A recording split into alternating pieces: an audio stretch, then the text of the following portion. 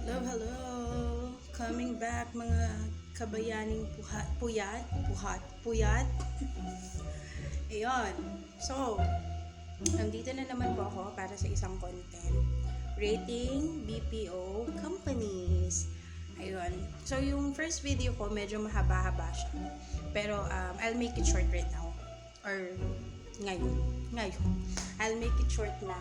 Yun, Saitel, I would rate Saitel 8 out of 10 kasi process-wise ng interview ng medyo mahaba pero goods depende yun sa'yo kung tanggap niyo yung offer pero hindi to set proper expectation hindi yun sa napuntahan kong account hindi ganun kalaki yung compensation or siguro nga kasi wala pa akong experience that time.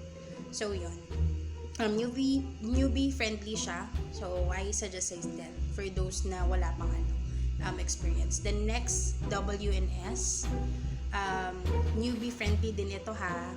And yun yung company na pinaka matagal ko na experience, 6 years.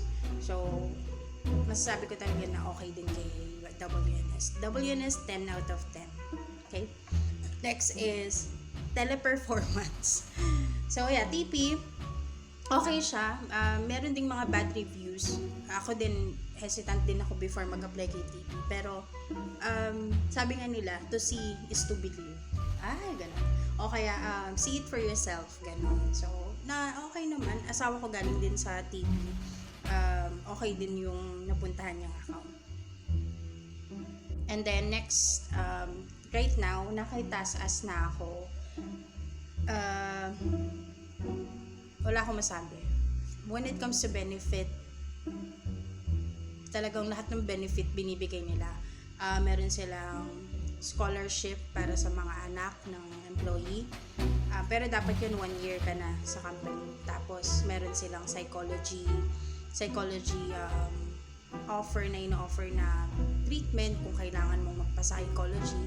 Hindi yun ino-offer sa ibang company or sa ibang company na may HMO din kasi nga sobrang mahal mo. Pero sa TASAS, libre lang. So if needed mong magpa-consult, they offer na magpapabook ka lang ng appointment.